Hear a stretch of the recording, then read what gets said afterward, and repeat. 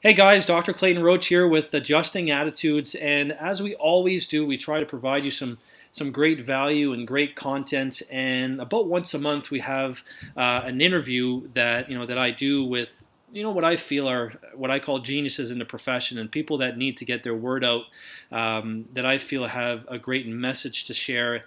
And today is no exception. We have the likes of Dr. Stephen Geanopulos from Jersey, and I'd like to thank you, Steve, for taking this opportunity and your time out of your family and your practice to do this interview. It's a pleasure to be here. Steve and I have been great friends with the Ultimate Achievers Club. We're part of that together, and we've worked together. And I'd like to start off this interview by saying thank you to you, Steve, for everything you've done for our family. I know we came to see you at a time where my wife was going through some hard times, and unbeknownst to me myself, I wasn't as healthy as I could have been, and we approached you with wanting to do something with our nutrition and have a look at us from the inside out to see what was going on with myself and my wife. And I have to say that it's been a game changer for us, continues to be even after almost a year. I have to say that we've totally changed the way that we look at nutrition, and our lifestyle has been forever changed. So I wanted to thank you from the bottom of my heart for everything that you did for us. You're welcome. It was a pleasure to work with you guys too. And it's funny, you guys are two young, healthy people, and it's not like your life was in any way in disarray from a nutritional standpoint. But there are always some things that we can learn or tweak, or some lifestyle change that can dramatically alter our chemistry to the point where it changes not only our body composition, but it can change how we feel on a daily basis. Absolutely. So, Steve, for the people that are listening, can you enlighten people as to who you are so that they have, a small glimpse of who I know you are and how amazing you are and everything that you do, just so that people know, where you're coming from, where you've been, and a little bit of your story. Absolutely. Thank you for asking. And I'm always happy to share with people how amazing I am. There you go. No, I mean, I look, I graduated from chiropractic college in 1996. Immediately after graduating, I entered the functional neurology program with Dr. Carrick. I finished that very quickly, probably within a couple of years of graduating chiropractic college. I got my diplomate in neurology, and I've been a neuromate, as they say, since then, doing literally hundreds and hundreds of hours, in postgraduate education after my diplomate. And in practice, what that meant was functional neurology was what got me to understand the chiropractic principle. That the central nervous system is controlling everything, and that the central nervous system, if interfered with, is going to cause a series of events that results in what our patients present with. And I started to work immediately in a practice in New York with Dr. Rob Malillo, where we put together a program for children experiencing developmental challenges, everything from ADHD to autism. Back then, we called it Unlimited Potential. Dr. Malillo has since then expanded that to the brain balance centers. But we also, at that time, were doing quite a bit of work with head injury, early Alzheimer's, early Parkinson's, brain-based practice. And almost invariably, we would see in those first few years of working on those patients, there was always some kind of metabolic phenomenon. There was always some kind of gut issue. There was always something in addition. And I remember back in the late 90s when people would come in telling me that with their autistic child, they're trying to go gluten-free. And my God, in those days, going gluten-free, I mean, you had to shop in places that were on the fringes and strange. And now, times have really changed. But I started to pursue in the early to mid 2000s a degree, or not a degree, but an understanding of nutrition that exceeded what I got in school, of course, which was nothing. And then started to practice, or started to study and get an education in functional medicine. So I always, again, I look at the body from a nervous system perspective. I'm a chiropractor first and foremost. some people might disagree with the way in which I practice chiropractic, but I will also say that where most chiropractors will address vertebral subluxations, I feel that I address metabolic subluxations. Right on. So I try to remove metabolic interference with brain or nervous system function. I like what you said with your knowledge in neurology. It allow you to basically understand the principles of chiropractic. And I feel there's probably going to be a wide array of people listening to this interview, from the straight to the mixers, if we can still use those words. But some of the straight chiropractors would say that people in neurology are mixing. But with me myself, having done all the CARIC programs and the modules, I feel that if anything, I got a better appreciation for what I did as a chiropractor. And sometimes you did stuff and you kind of took it for granted, but once you knew the knowledge behind it, you're like, holy geez, I'm really creating change. I got to be careful. I got to really know what I'm doing, and not just boom boom flying seven. And you just Sure. have a better appreciation for the changes and the inputs you're putting into the nervous system. And I've developed a much greater appreciation for the chiropractor in the field who focuses first and foremost. I got to tell you, one of the practitioners that I've been working with very closely lately is the AO, or the upper cervical practitioners, and what they do is so subtle and so powerful. And again, it's we all learn differently. I didn't understand the chiropractic principle until I understood the nervous system in the way in which I was taught it. So I was taught by a functional neurologist named Mike Hall in Dallas, who was a teacher for Dr. Carrick at the time. So that was try four. So I guess year two of chiropractic college. And I was on my way out. I didn't understand what I was going to school for. I felt like I understood it when I went in. As a layperson, chiropractic made sense to me. As Then I went through my first year, and it didn't make sense to me anymore. And I started to get confused, and I thought I was going to leave.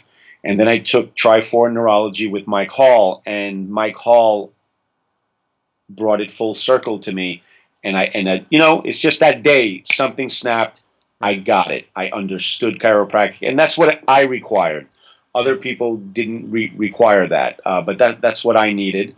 And again, I am a mixer of the highest proportion, Yeah. but my principles of practice are rooted in removing nervous system interference, and you know, to me, that's the pure definition of chiropractic.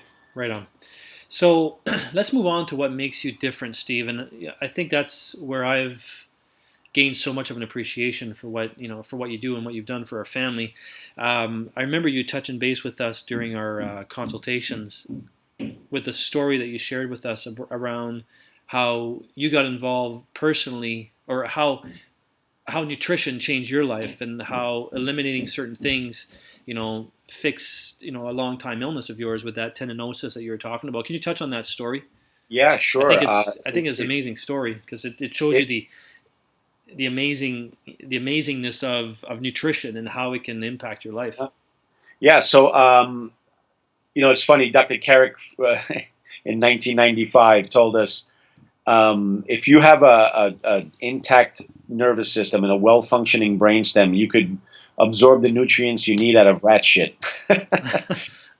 And this is the way I practiced in my first 5 years. Like, I didn't care, right? But I always lived well. I always exercised. I always took care of myself. I never had a horrible diet.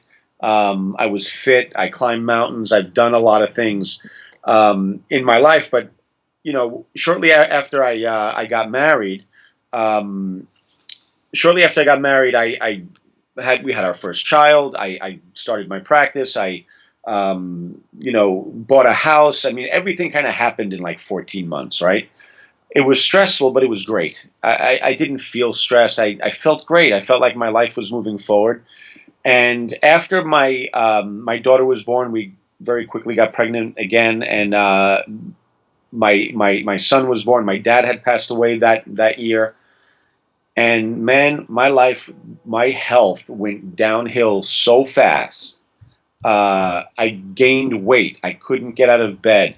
I if you were a patient of mine after 1 p.m., you got a doctor with a lower IQ.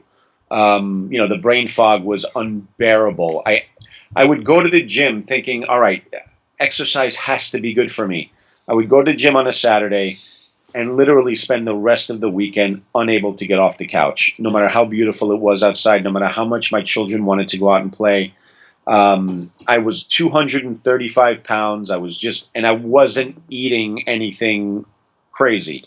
Um, Depression. Uh, I didn't have a normal bowel movement for years. I injured myself what seemed like every 3 to 6 months. I injured myself doing nothing. And the injuries would last 3 to 6 months. So I would get lateral epicondylitis. I had two dislocated shoulders. I had two dislocated shoulders. I had three knee operations in 2 years. It was just one thing after another, and I'll never forget. I developed an Achilles tendonitis, and it just wouldn't go away. So I started to grow this nodule on the back of my Achilles, getting bigger and bigger, and it was just unbearable. Really, it was unbearable. What it was very frustrating to not heal, and the healing process just wouldn't continue, and I limped every day, and I didn't run for three. This thing lasted 3.5 years. I would limp horribly in the morning. It would loosen up by 1 o'clock in the afternoon, and then by the time I went to bed, it was a terrible limp again. The MRI showed a big conglomeration of immune cells in my Achilles in this nodule, and I said to the radiologist, what exactly, is this? He said it's immune cells. And I said, well, what does that mean? He goes, well, one day you're going to step off a curb and your Achilles is going to snap. So I said, well, this is ridiculous. I mean, what could possibly be happening here? And it turned out that between all of the symptoms I had, not a normal bowel movement in years, multiple injuries, and this Achilles tendinosis, I started to then look more and more into the immune system. And it was there that I discovered I had some food sensitivities. I had to address. I had to do some special testing for that. And once I got those results back, so for example, I did a gluten, dairy, and soy IgG panel. This is before Cyrex came about, and positive was anything over 4, and I was 9 to 14 on gluten, dairy, and soy. So I pulled those out of my diet. I started to feel a little better, but not really. My Achilles, nothing changed. So I ran a couple more, and the next one I ran was, I believe, was corn and egg albumin. The egg albumin came up 250 plus. So that was, and again, positive is 4, meaning the machine stopped counting at 250. I pulled egg out of my diet, and within 90 days, I was running 3 miles on my high school track, and the nodule was gone. This thing was there for almost 4 years. I had PRP injections. I had every acupuncture. I had soft tissue techniques. You name it, I had it. It was unbelievable. And I realized, wow, this is how powerful food is. Eggs aren't bad for you. Eggs are good for you unless they're not good for you. And they were not good for me. And Yeah. I had to discover that the hard way. Yeah, and that's a discussion. This is a great point because that's a discussion I've had now with the knowledge that you give us. People say, well, I eat good. Like, I don't eat bad foods. I eat this, and I'm like, understand, those are great foods, but they might not be great for you. And the only way that you're going to know that is if you take them out, and if you want to try to reintroduce them, and that's the only way you're going to know if if they're good for you. So people don't realize that the things that they think are okay for them might not be okay for them, right? So that's a great example, and I think that's the one that kind of sunk home and said, geez, I might have some things that, unbeknownst to me, I'm, performing subpar without knowing. That's exactly what's happened with everything that you've told us to do. My energy level, the way I sleep, uh, what else? The headaches. I used to have like one headache every like 2 or 3 months. That chiropractic doesn't matter. Wouldn't take it away. I haven't had a headache since. So just little things that you take for granted. It's been amazing. Yeah, so I mean, I think what we both experienced was this kind of systemic inflammation that was low grade and sitting there and became more than low grade. But these are tests that are just not being done in your doctor's office. You're not going to find this out at your general practitioner's office. It's just Right. not going to happen. So let's talk about that, Steve. How do you incorporate that into your practice? What's I come into your practice. How does just go through A to Z in terms of what you would do for me and how you would look at me as an individual?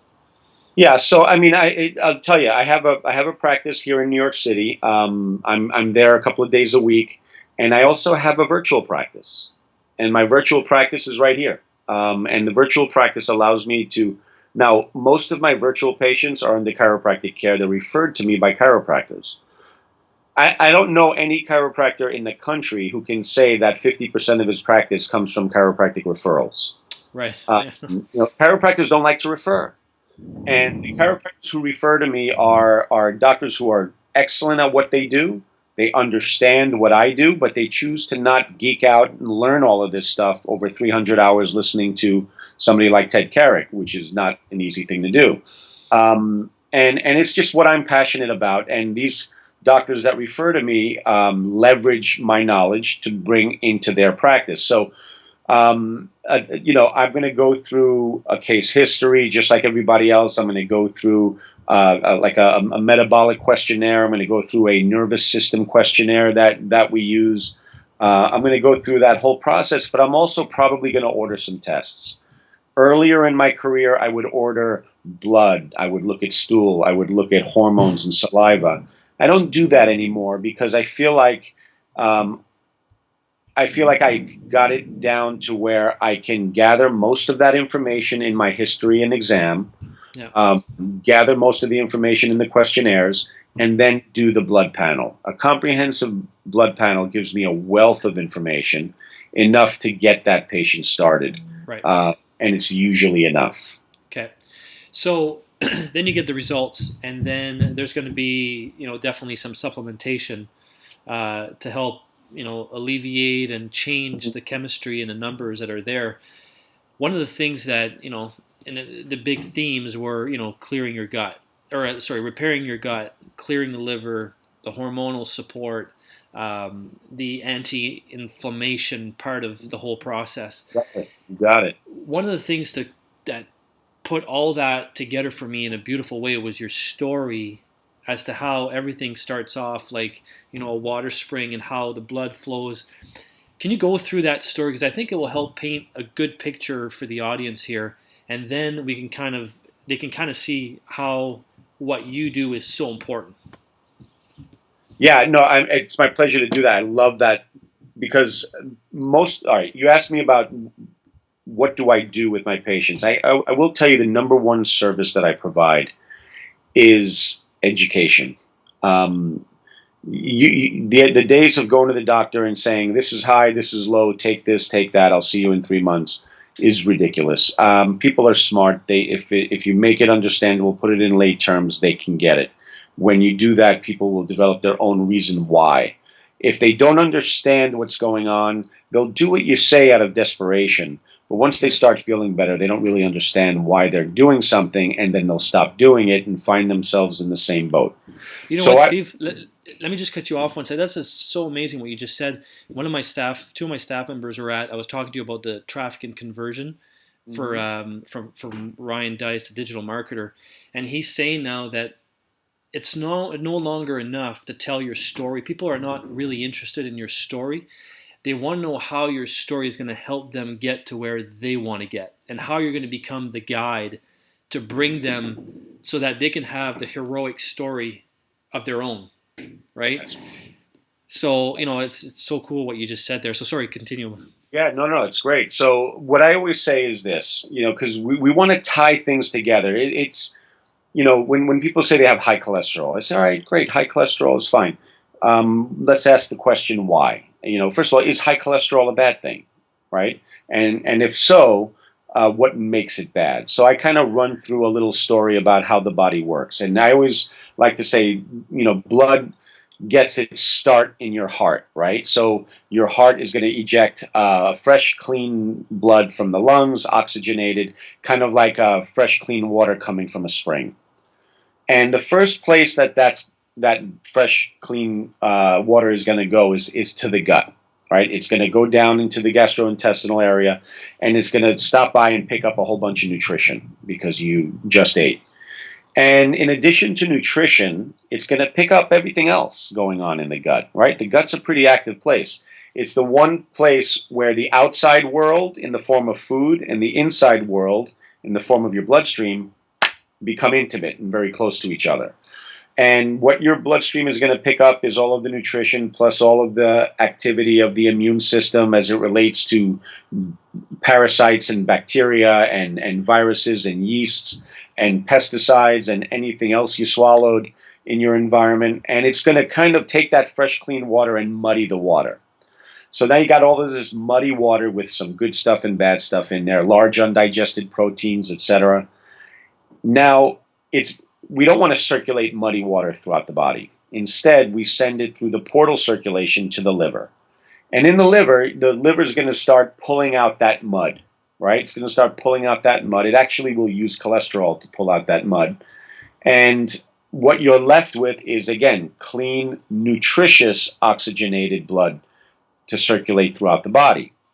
Now, if there's excessive muddiness because you have a crappy lifestyle, or if your liver is compromised in its ability to pull the muddiness out, or both, then you're going to have some mud left in that process.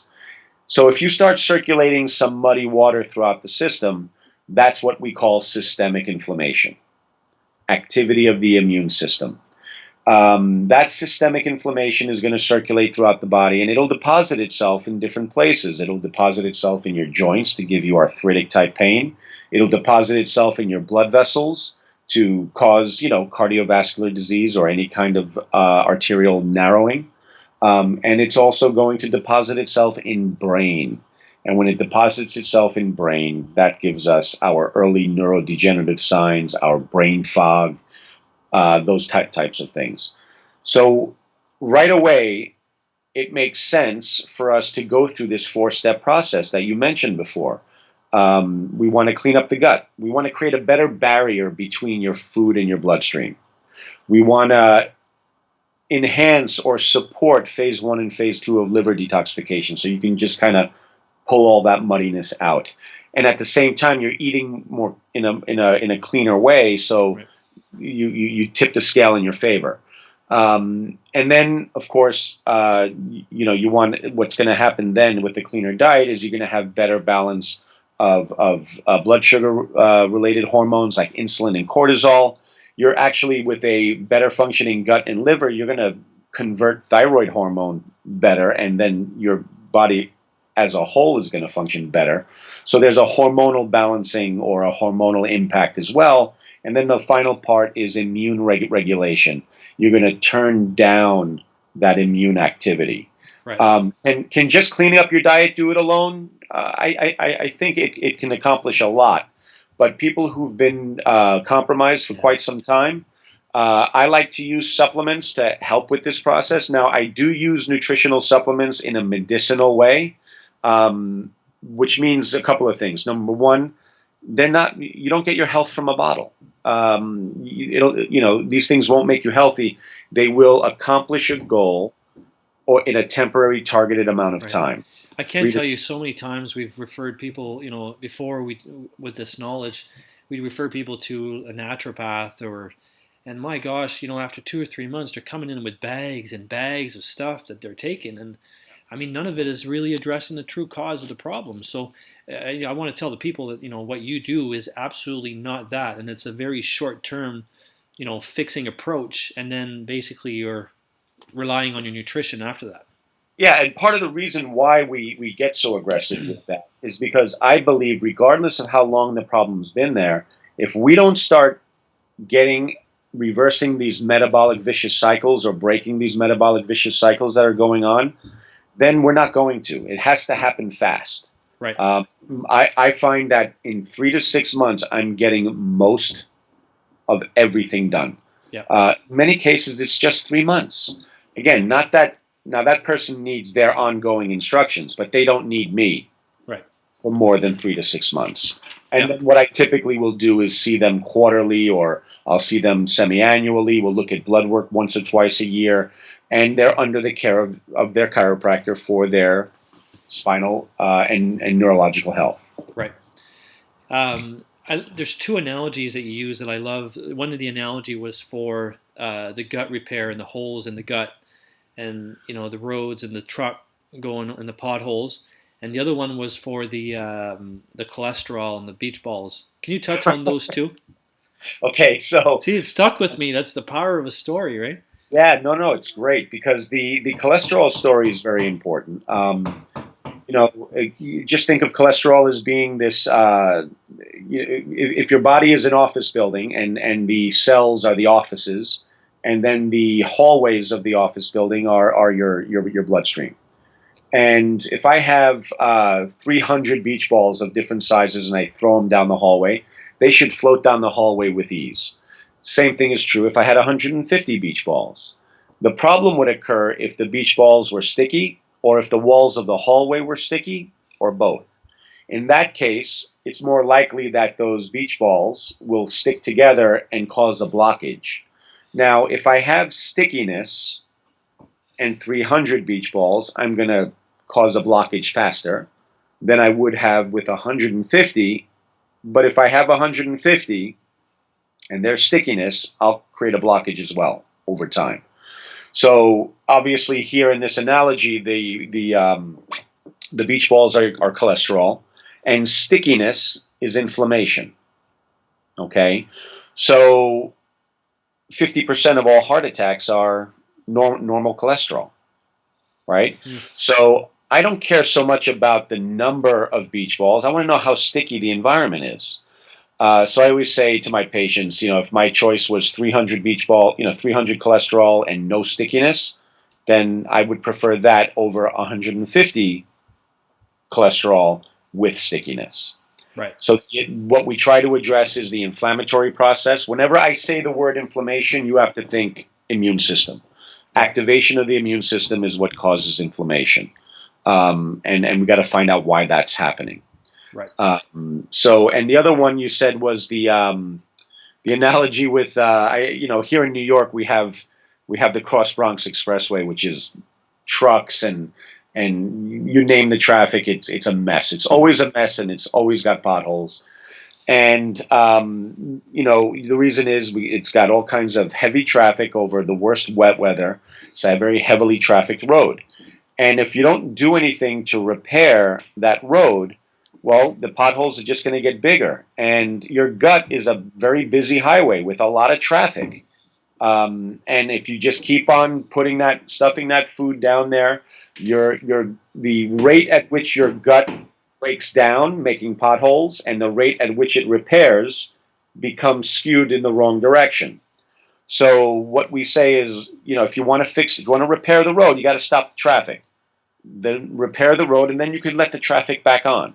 So I often will bring people through a pretty aggressive food program that is pretty restrictive, not in how much people can eat, but in what they can eat. Yeah. But the purpose of that is to stop the traffic, repair the road, and then you can let the traffic back on again. Right. And you'll probably benefit from doing a reboot gut repair process once or twice a year. Yeah. So would you say, Steve, because you mentioned the biggest source of inflammation is when your immune system gets activated. So the biggest source of immune activation in a bad way would be from the gut? So it's a great question. So what activates our immune system? Viruses, bacteria, parasites, our immune system is there to do maintenance. It's kind of like the janitors of the body, cleaning up old cells that die and all of that stuff. So there's a basic janitorial function of the immune system, but there's also a military use of the immune system where it's protecting us from outside factors. So the outside factors are foreign proteins. Foreign proteins can be in the form of food. Foreign proteins can be in viruses, bacteria. parasites, things of that nature. So um, our number one source of foreign proteins entering the body is in our food because it's every day. Right. And food shouldn't be, I always say the immune system, we're all born without one. And, because we have to get it from our mom, we have mom's immune system for the first 3 weeks in placental blood. And then hopefully we're breastfed. And in the breast milk are very large proteins we call immunoglobulins, and they're very large. So the gut of the baby, of the newborn, has to have a very loose array of cells that have giant holes, so that those large proteins can get through those big holes. All babies are born with leaky gut. They're supposed to. Right. Their only food is mom's milk. So those proteins get into their bloodstream and everything is cool.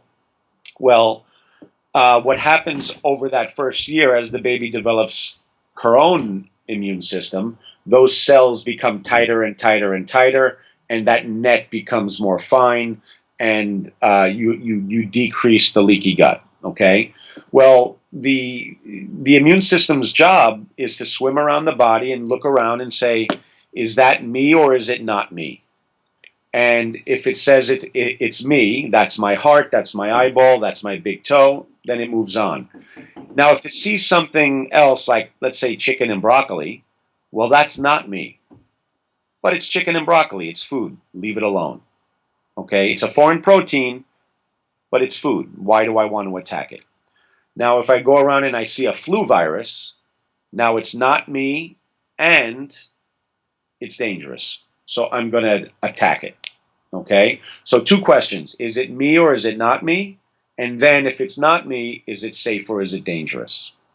What happens to us is if our immune system is overly challenged or not challenged enough because we're overly sterile and vaccinated, then we start making bad decisions about what's safe and dangerous and me and not me. So if the immune system starts tipping in a direction where it's aggressively identifying foreign proteins and thinking that it's dangerous, we may develop food sensitivities. Then it's not a far stretch for the immune system to not only make a mistake with safe or dangerous foods, it might make a mistake with, is it me or is it not me? And if it does that, we develop autoimmune disease. And I have 4 known autoimmune disorders. So that happened to me, and that's why I got sick. Right. And it required me to learn how to tip my immune system in a more tolerant way, Right. so I don't attack everything that I see. So, Steve, is that the analogy that you gave with the microglial cells in the brain and the security guard that went from having like a little taser to a machine gun? You love my I analogies. love them. I love them. So, the immune system in the brain is not the immune system in the body. They're two different things. They have Right. to be, because the brain doesn't tolerate inflammation at all, hates inflammation. That's why we have a blood-brain barrier. The immune system in the brain is the microglia, and those are macrophages, and their job is pretty janitorial. Let's clean up some old dead tissue here and some old dead cells there, and this guy smoked a lot of pot, and drank a lot of alcohol, so we got to clean up those dead cells. But it's kind of like, if the analogy is, you're a janitor in an office building and your job is to kind of clean the brass with your squirt gun and your rag. But then something happens, like let's say you get a concussion, and now you got a situation where there's some leakage through the blood-brain barrier of peripheral cells coming in. There's a little bit of inflammation due to some death or damage. Now the supervisor comes over and says to the janitor, hey, keep going with your rag and your squirt gun, but hold this billy club in case you see a terrorist run by, bonk him on the head for me. So now you're giving some military, control to this janitor that has no training or experience. And then you say, you know what, this damage was bigger than we thought. Here, why don't you take this machine gun, and if you see a bad guy, just kill him. Now you got this janitor. He's like, I don't need my squirt gun or rag, to clean the brass. I have an M16 and I'm going to kill some stuff. And that's what they do. They become primed. Glial priming, we call it. And with glial priming, now you're going to take out the dead cells, the damaged cells, and you're going to take out a whole bunch of healthy cells around it and cause an ongoing, what could be an ongoing inflammatory response that never ends. And that's what we see in post-concussion syndrome. That's what we see with PTSD. That's what we see in many forms of bipolar or anxiety, severe anxiety disorders and depression. This kind of central nervous system inflammation, which we know the brain does not tolerate very well. Right. So, guys, this is the type of information that your patients can be privy to if you allow this gentleman into your practice. And it's not about stealing patients; it's about giving them more education so that, if you want to, stay a straight chiropractor, whatever which way you practice, but deep down that these patients are coming in with inflammatory conditions that you're adjusting, their SI joints again and again, and they've got this systemic inflammation that's not going away. Deep down that there is a metabolic component to their problem, and it should be included in their care. This is the type of information that Steve can provide to your patients. So, Steve, that being said, how can people get a hold of you, and what would be the procedures to bring you to their practice? So that's a great question. We always say that you don't refer out, you refer the expert in. And by referring me in, we work with the patient and let them know that my care and the referring doctor's care is in conjunction with each other. They work hand in glove. And that typically will be through contacting me either on Facebook or through my website and contacting my office.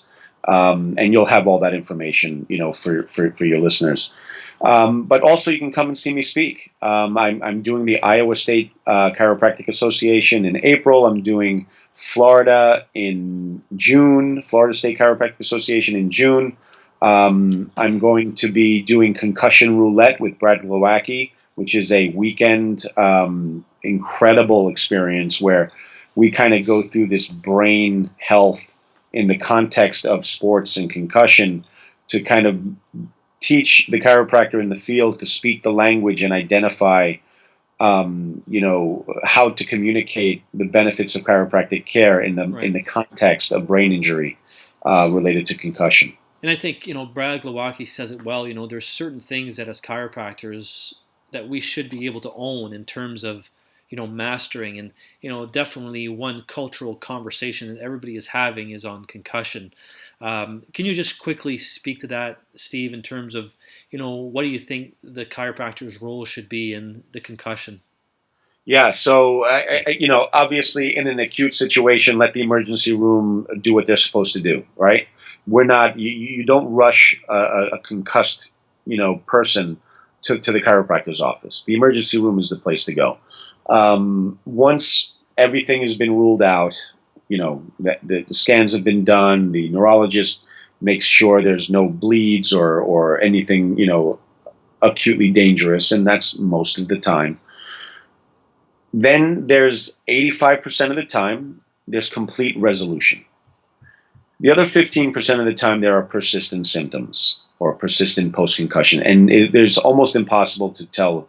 Although we can now guess who's more likely to experience that. Post-concussion syndrome is an immunological phenomenon. It's not too different from what happens in Lyme disease or chronic fatigue syndrome or PTSD.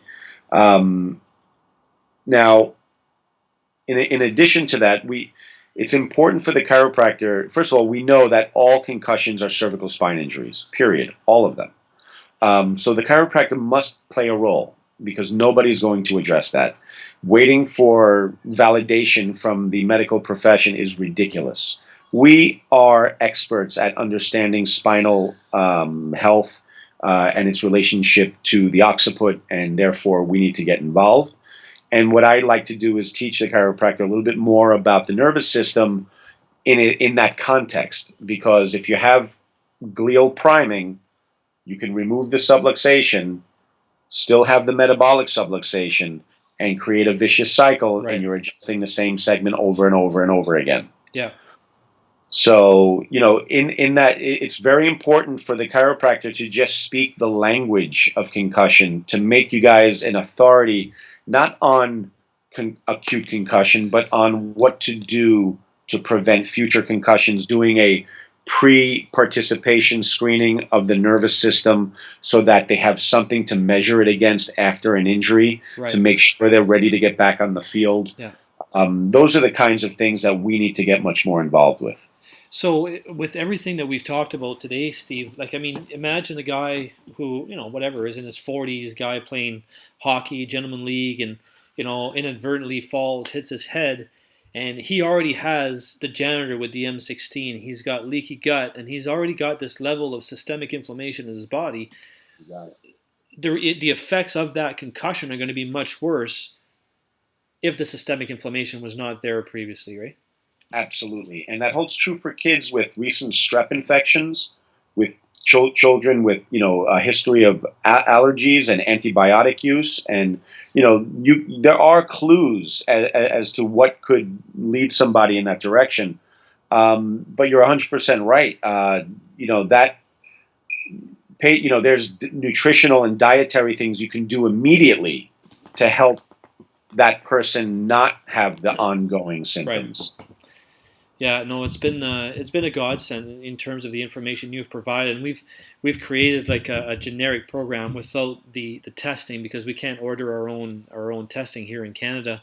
But we had a group go through our program. I was telling you about the results in the first quarter. We had a group of we had 13 people, Mm-hmm. and the average weight loss after, not that it's about weight loss, but inadvertently because of the dietary changes, they're going to lose weight. The average weight loss of the 11 or the 13 people in 4 weeks was 19 pounds. After 4 weeks, we had this lady who every morning had to get on the respirator to be able to breathe properly. She is off her respirator. Isn't that We had incredible? 3 people on Zantac and all these acid reflux medication. They are off. And we had this lady who went back to her doctor because she was scheduled for a blood panel. Her TSH levels are normal. Her doctor says, "Well, I guess your synthroid is working." She says, Mm-hmm. "It's not my effing synthroid. It's this diet that I'm on and this nutrition program." So now this doctor's called us. So we're going to definitely refer cases to you that But are here's the beyond the thing. scope of what we're doing. Hold on a second. But the beauty of this is you took the time to learn what I teach, not to learn what I know, to No, learn what I teach. And the fact is, 95% of those complicated cases can take that generic protocol that I gave you, yeah, and they're good. You guys, yeah, you take care of it. You don't need to refer them to me. right, But there'll be that one that just it's exactly. beyond that, and then that's when you refer me in. But you know That's what what. I love though? It's when I'm seeing my patients, when those patients are coming in, they're no longer complaining about, oh, it hurts here, and they're feeling so much better. So it allows me to be able to focus on chiropractic. So Exactly. it's not that I've mixed. If anything, it's allowed me to really focus on what I do because we'll do like 3 nutrition classes in a whole quarter, first week, fourth week, and 8th week, and that's all the attention I give them. And then we've got a private Facebook group, and they know exactly what to do, and it allows me to focus on what I do. Chronic pain gets in the way. It gets in the Yeah, way. If you eliminate the systemic inflammation and reduce the chronic diffuse pain that's everywhere, oh, well, it hurts on my neck, on my left side, on my right side, on my low back, on the left side, and the right. yeah. That's not because of a disc. Their pain was a pain in my ass. Yeah, exactly. Yeah, So you couldn't provide them with the chiropractic care they needed yeah, because their pain was obliterating everything. They yeah. couldn't understand what needed to be done. And they're now talking more about us than That's no, awesome. nobody's ever talked about our practice. You know what I mean? Like it's just because you're changing, lives. You have people, noticing changes on their blood, work and everything. So it's been. Thank you so much, Steve. Like it's been amazing. It's been a blessing. So we're gonna let everybody know how to get a hold of you. Sure. The next concussion roulette with Dr. Brad Glowacki. We'll have the next date there. I know the one in May is sold out, Yeah. which is always a great sign. Congratulations on that. And we'll let everybody know how to get a hold of you. And I want to thank you from the bottom of my heart for everything you do for our profession and making making chiropractors be, at the forefront of what really they can be, and being who they can be. You're welcome. Thank you for having me. I love that you have this way to broadcast to people and help communicate to them. It's just awesome. No worries. No, thank you so much, Steve, and for everybody out there, thank you so much for listening again. And we'll make sure to bring you another great interview next month. Take care and have fun. See ya.